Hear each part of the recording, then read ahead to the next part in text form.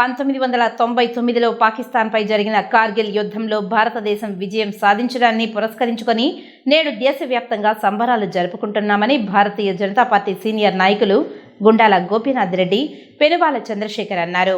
కార్గిల్ యుద్ధంలో భారతదేశం విజయం సాధించడాన్ని గుర్తు చేసుకుంటూ ఆ యుద్ధంలో అసువులు బాసిన వీర సైనికులను స్మరించుకుంటూ ప్రతి ఏడాది జూలై 26న విజయ్ దివాస్గా దేశం మొత్తం వేడుకలు జరుపుకుంటున్నారు. అందులో భాగంగా నేడు తిరుపతిలోని అమరవీరుల స్థూపం వద్ద బీజేపీ నాయకులు పుష్పాంజలి ఘటించి యుద్ధంలో వీరమరణం పొందిన సైనికులకు ఘనంగా నివాళులు అర్పించారు.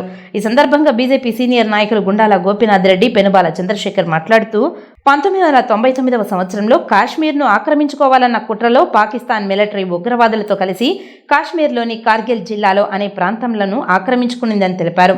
సకాలంలో గుర్తించిన భారత సైన్యం వీరోచితంగా పోరాడిందని, త్రివిధ దళాలు దాడి పాకిస్తాన్ సైనికులు తోక ముడుచుకున్నారని, తిరిగి మన భూభాగాన్ని మనం స్వాధీనం చేసుకున్నామని, ఇందుకు గుర్తుగా విజయ్ దివాస్ దినోత్సవాన్ని దేశవ్యాప్తంగా జరుపుకుంటున్నామని తెలియజేశారు. ఆ యుద్ధంలో వీరమరణం పొందిన భారత సైనికులను దేశ ప్రజలందరూ గుర్తించుకుంటున్నారని కొనియాడారు. ఈ సందర్భంగా కార్గిల్ యుద్ధంలో పాల్గొన్న మాజీ సైనికులు ఆనందరెడ్డిని ఘనంగా సన్మానించారు. ఈ కార్యక్రమంలో బీజేపీ నాయకులు తొండమనాటి సుబ్రహ్మణ్యం రెడ్డి, సీనియర్ నాయకులు సుబ్రహ్మణ్యం యాదవ్ తదితరులు పాల్గొన్నారు. జూలై 26 కార్గిల్ వీర దినోత్సవంగా మనం గత 20 సంవత్సరాలుగా జరుపుకుంటున్నాము. దానికి కారణం కార్గిల్లో యుద్ధంలో చనిపోయిన వీర సైనికులకు గుర్తుగా వారికి నివాళులు అర్పిస్తూ ఈ కార్గిల్ దినోత్సవం జరుపుకుంటున్నాము.